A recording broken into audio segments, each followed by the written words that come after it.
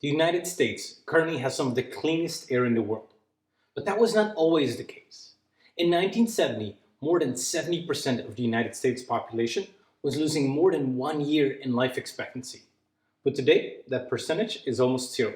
So let's see how that happened. First, in 1970, air pollution in several US cities was some of the worst in the world. For example, here is a photo showing the smog in New York at the time.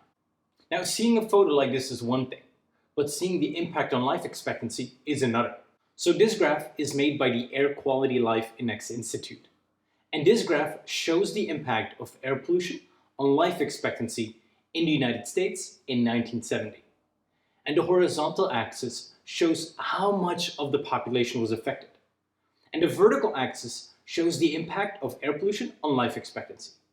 The categories on the vertical axis go from no impact to a loss of half a year on your life expectancy, then half a year to 1 year, a year to 1 year and a half, and then a year and a half and above.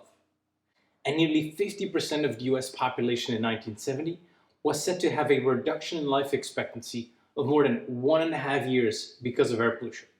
And about 20% of the population would lose between a year and a year and a half. So combining these two categories, more than 70% of the US population had its life expectancy lowered by more than 1 year. And multiplying this by a population of 300 million, that is a loss of 240 million life years. But because air pollution was so bad, citizens started to express their concern to politicians. For example, on the 23rd of April 1970, the first Earth Day was organized, and millions in the United States joined this rally.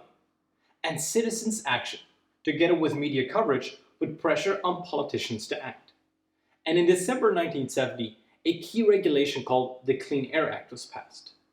And this regulation, together with other initiatives, started to strongly reduce air pollution by lowering emissions. And it worked. To see the results, let's go back to the graph. In 2020, 93% of Americans are now much less affected by air pollution, because the impact is between 0 and half a year for nearly all Americans.